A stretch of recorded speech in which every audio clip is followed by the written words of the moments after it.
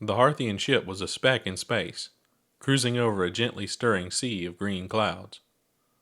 From orbit, Giant's Deep looked peaceful. Down below the cloud layer, it was anything but. Perpetual storms lashed the world with fierce winds and rain. It was Ponder's first time. There was a warp pad to travel there, but high gravity, water spouts, and strong water currents had caused it to be labeled unsafe. Their ship wasn't quite alone in orbit. The wreck of a giant space station drifted by. The massive golden structure had puzzled Hearthians for centuries, but it had sprung to life during the hatchling incident. Obeying some ancient order, it tore itself apart, spending its last strength on one final attempt to reach that mythical goal. Ponder kept a safe distance as they watched the wreckage tumble by. Wow, the Nomai really gave everything to find the eye. Chuck sat in the seat next to him with her boots up on the seat, hugging her knees. She'd hardly said anything the whole trip. She looked up at the remains of the orbital probe cannon. Some pieces were still spinning end over end, animated by inertia from the explosion decades before. At last, she spoke up. Everyone was against them. The strangers, the interloper, the Bramble, the anglers. Tried to trick them, trap them, gas them, eat them. It's a wonder they lasted as long as they did. Pretty amazing that they kept going, Ponder marveled. And they succeeded. They had some allies, too, even if they never knew it. Allies? Us, Hearthians, like you and me. Ponder gave her a smile. Calling her a Hearthian would usually pull a grin out of her. No such luck, but at least she stopped frowning. Where should we enter the atmosphere? We're at the right latitude, but the coordinates Feldspar gave me don't have a longitude. Ponder did want to know, but they were also trying to find a way to get her talking again. The islands move, Chuck said. Guess I may as well put us down right here. Ponder gave the maneuvering thrusters a tap, nudging them out of orbit toward the gently stirring clouds. Just get farther away from that little dip in the clouds. That's a tornado. The descent was unpleasant. The retro rockets kicked into high gear, jostling them about as they fought with the planet's pull. When they broke through the clouds, the dark water wasn't far below. They kept going in a straight line, hoping to spot their destination. Ponder struggled to keep a steady altitude. The layer of clear sky was sandwiched between the waves and the eternal storm, but it was enough to fly in. Ponder was beginning to think they were going the wrong direction when the island appeared. They couldn't see any signs of travelers, but Chuck was sure it was the right place. Despite the wind, they landed safely and headed for the hatch. As soon as they stepped out of the transport beam, Ponder realized how heavy they were in their suit. Drizzling rain smattered against their visor. The tornadoes on the horizon looked like pillars, holding up the dark storm clouds. They were far away. That was good.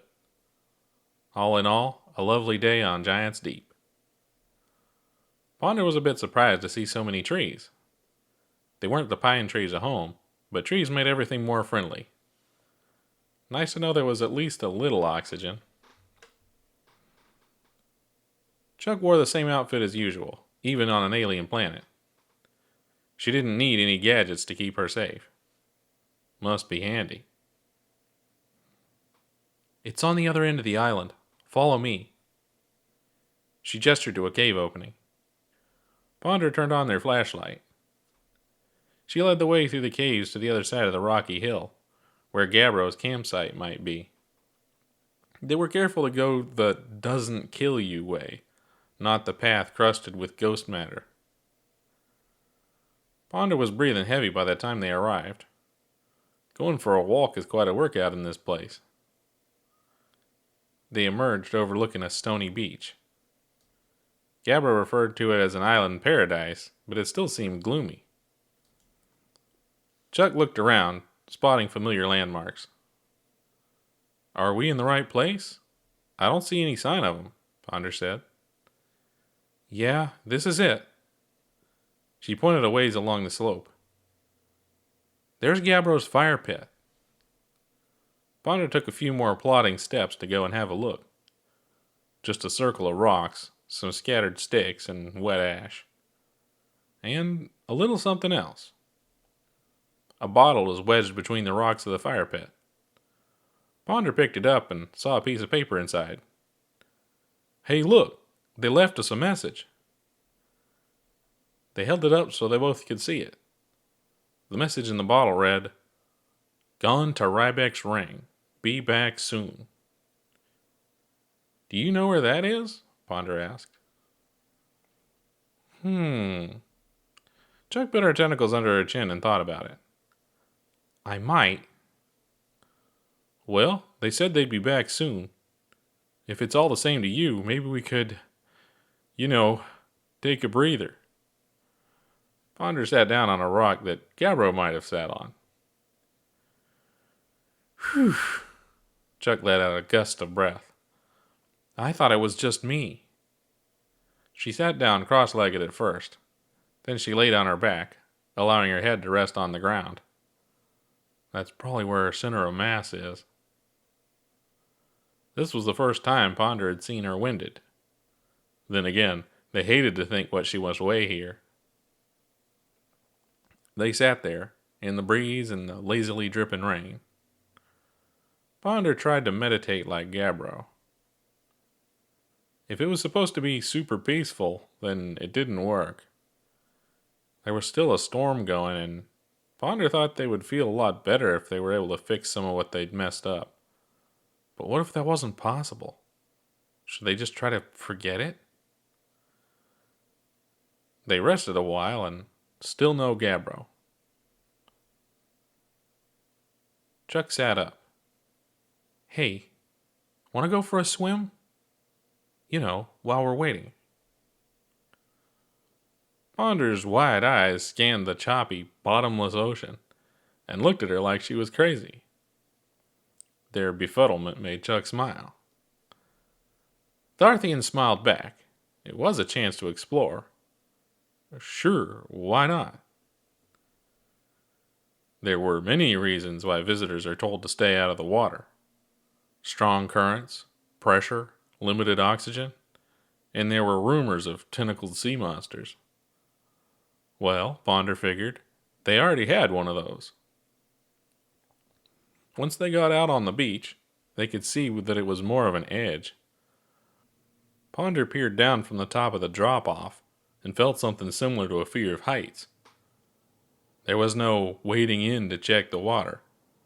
Below them was only ocean, all the way to the core. They were so occupied with that, they hardly noticed Charity take off her hat and store it. One of her tentacles took it and tucked it away somewhere, and it was just gone. Ponder did notice her luminous Eska now that it was uncovered. It gave such a beautiful glow. A shame she always wanted to hide it. She saw the worry on their face. You know how to swim, don't you? I'm so heavy, I think I'm just gonna sink. She hopped off and made a great big splash, but she popped right back up. The water's heavier too. Ponder took a deep breath and took the plunge.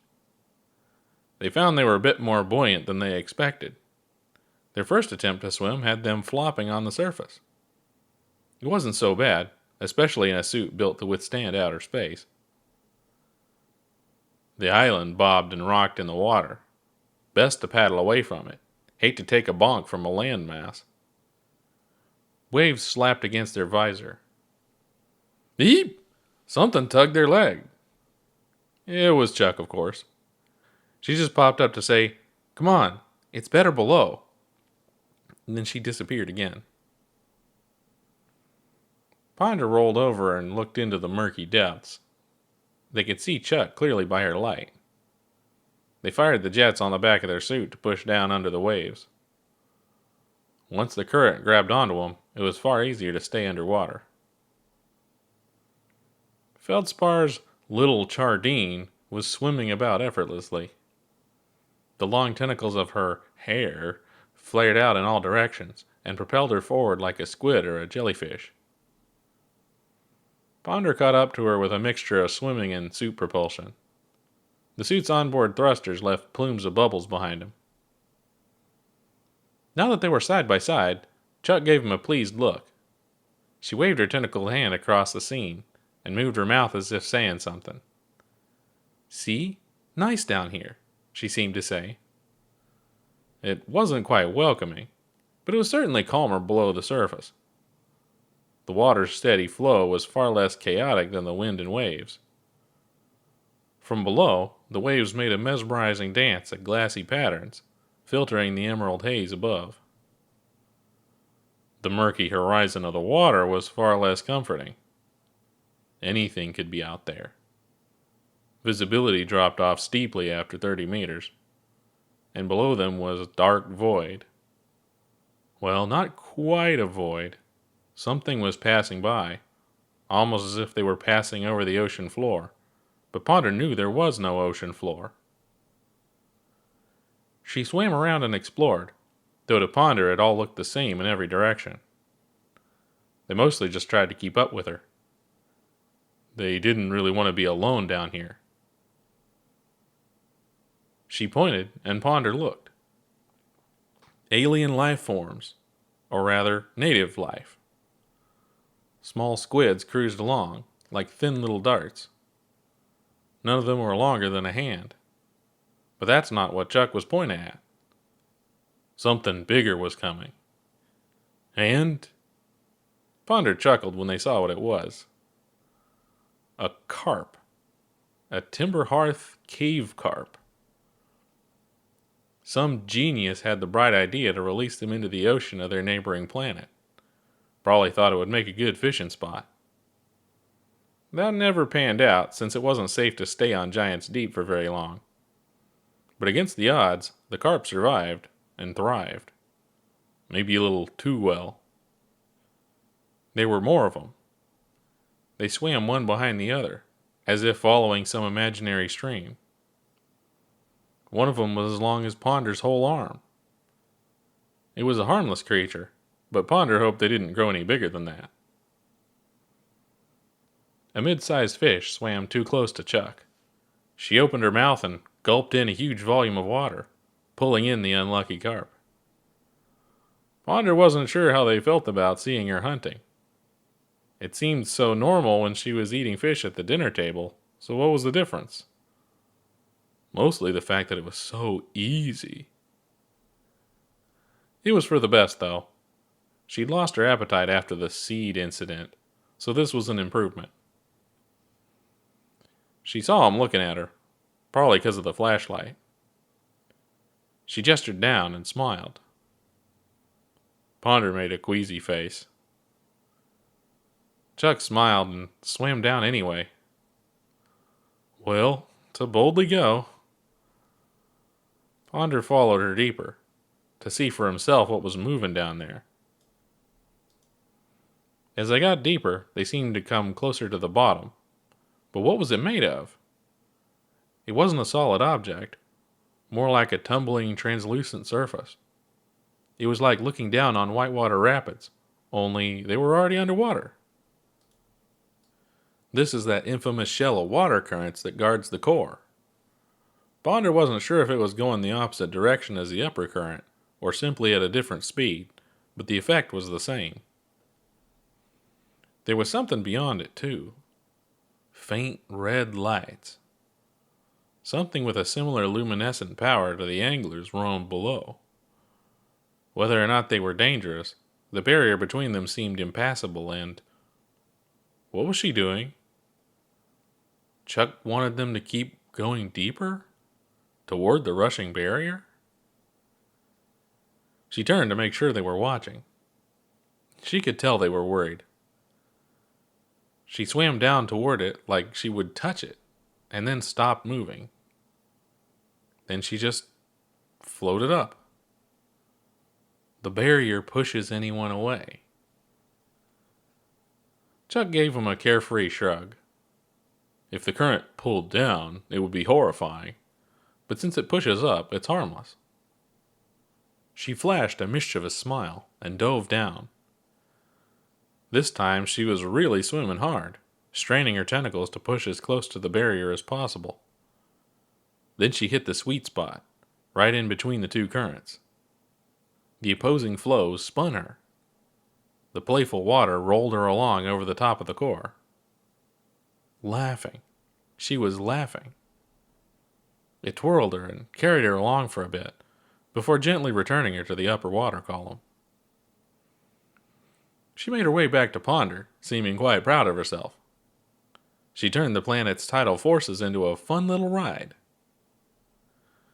They watched her go again. It was fun to watch her do it.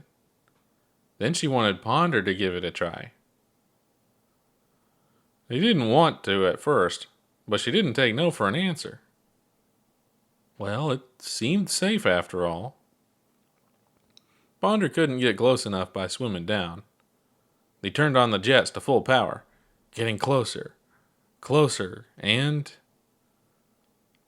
concepts like up and down went out the window. The world spun around. Ponder felt like they were falling. Where was that graceful dance with the flow of the water? The current shoved them around roughly. They flailed around like a rag doll and made some really undignified noises. They were getting dizzy fast, and dizzy turned into nausea. Don't throw up in the suit. Don't throw up in the suit. They floated up out of the barrier below. Chuck was waiting there to catch them. They took some deep breaths and calmed their stomach. This time, they weren't so glad to see her laughing. She tried to convince him to go again. No way. She went for one more ride. The sea was so kind to her, it made Ponder forget that liquid water wasn't her original habitat. She came back up, looking the other direction. Her tentacles flared out again, not pushing her along, just holding her in place. She stared off into the greenish shadows. What was she watching this time? Ponder couldn't see anything. They swam over to her and gently nudged her to see what was going on. She spun around, startled. Was she scared? She pointed up toward the surface. Ponder hit the jets on their suit and was soon bobbing on top of the waves. It was brighter than Ponder remembered. Chuck breached the surface next to him. Something wrong? They asked. They had to speak loudly, but she understood. She shook her head. Following her lead, they laid back on the surface and floated, locking arms so they wouldn't drift apart. It seemed they both needed to relax a moment. After a while, Chuck spoke up over the rolling waves and distant thunder. I just get this feeling. Hey, you won't tell anyone, right? Who would they even tell? I won't. Not a soul.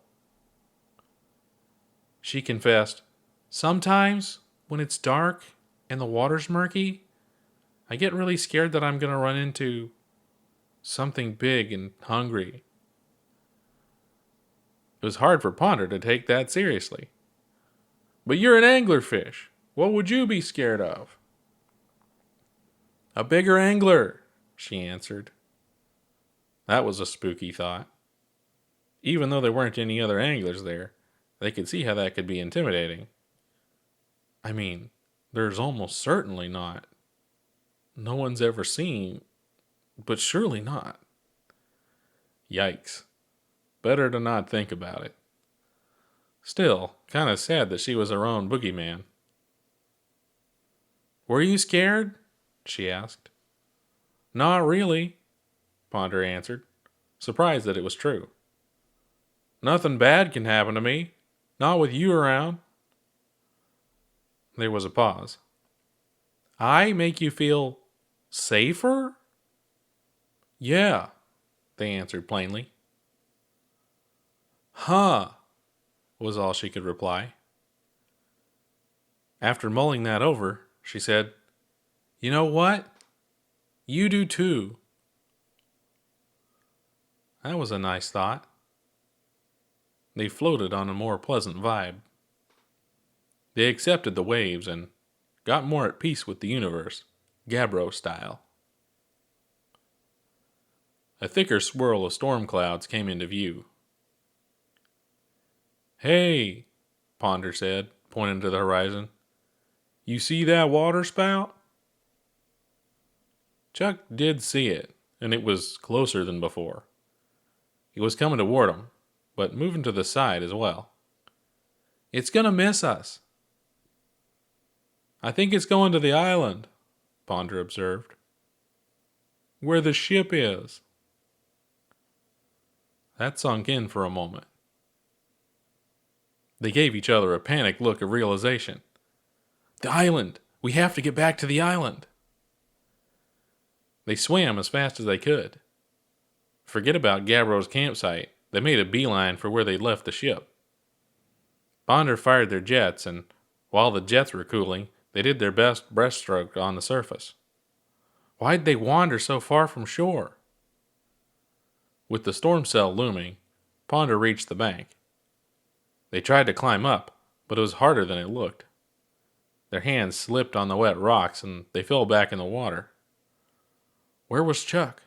Did they have time to find a more gentle slope? Ponder tried the jets on their suit. It only lifted them a meter before throwing them face first on the rocks. Ponder hit their head on the visor. They clung on to the land and stayed up this time, but they weren't sure if they could climb the rest of the way to the top.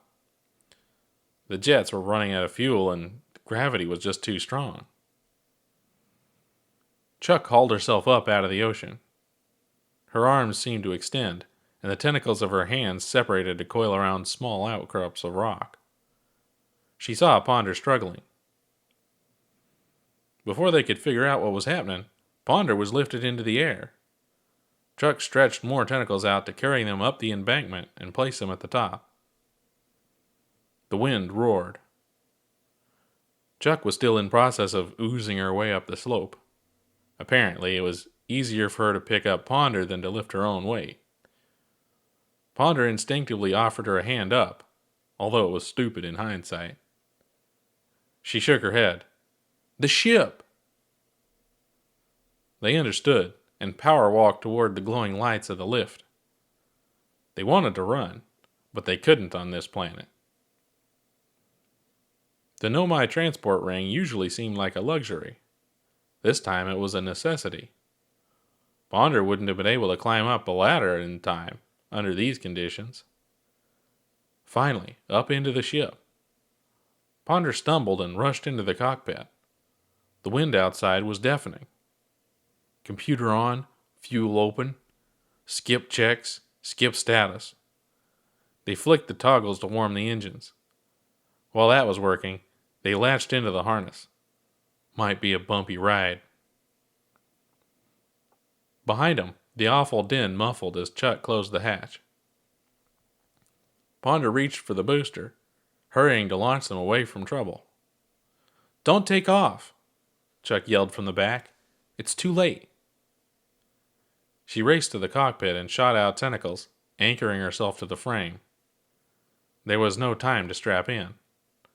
The rushing cyclone was on top of them.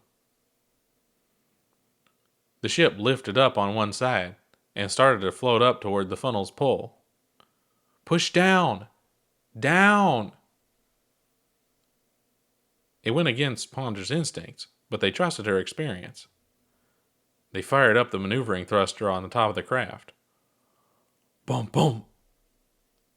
The ship came down unevenly, giving them a painful jolt. Ponder was just glad it didn't break the landing gear this time. The wall of the funnel swept over the craft. Chuck explained the strategy. Keep the landing pads on the ground, or we're going to get bashed to bits on trees and rocks. Sticks and pebbles peppered the hull and the window. The The trees outside were bending and swaying, leaning so far that Ponder thought they would snap. Then it hit.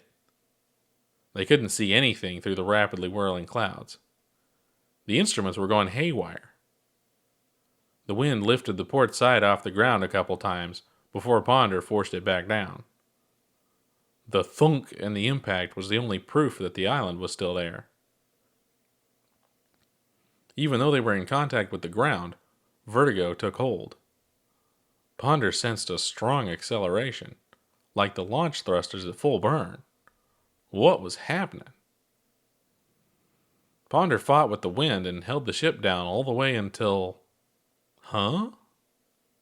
The sea and the sky went black. They could see again, and they were still on the island, but something was wrong. Very wrong.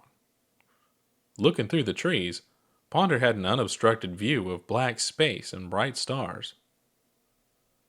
There was no more wind. Ponder let go of the thruster control. For a moment, there was no gravity. "You can take off now," Chuck said. "We're already halfway to orbit." Ponder barely started up the main engine, and it was already enough to carry them up. The island and the trees fell away, and vanished again into the green clouds, leaving the travelers once again in space. They'd heard about cyclones so strong they pick up whole islands, but it seemed like a tall tale until now. Ponder sat back in the pilot seat and made sure they were in the clear. "That's probably the least amount of fuel anyone's ever used to take off." They looked over to see Chuck withdrawing her tentacles and brushing herself off. She was dripping wet. "Pretty handy. Rybeck says that's why the Nomai built their station here." Ponder asked, "Do we need to go back down there to wait for Gabbro? To be honest, I'm not ready to do that again just yet." "No," she answered, recalling something. "A couple of weeks ago, Rybeck was calling up everybody they could to come join the archaeology project. We didn't go, but if they asked Gabbro at the same time they asked us, then they've been gone for weeks." "Oh, so much for be back soon." Chuck sighed. 2 weeks is soon in Gabbro time. She went to check something in the computer terminal at the back of the ship. Ponder made sure they weren't on any collision course and joined her.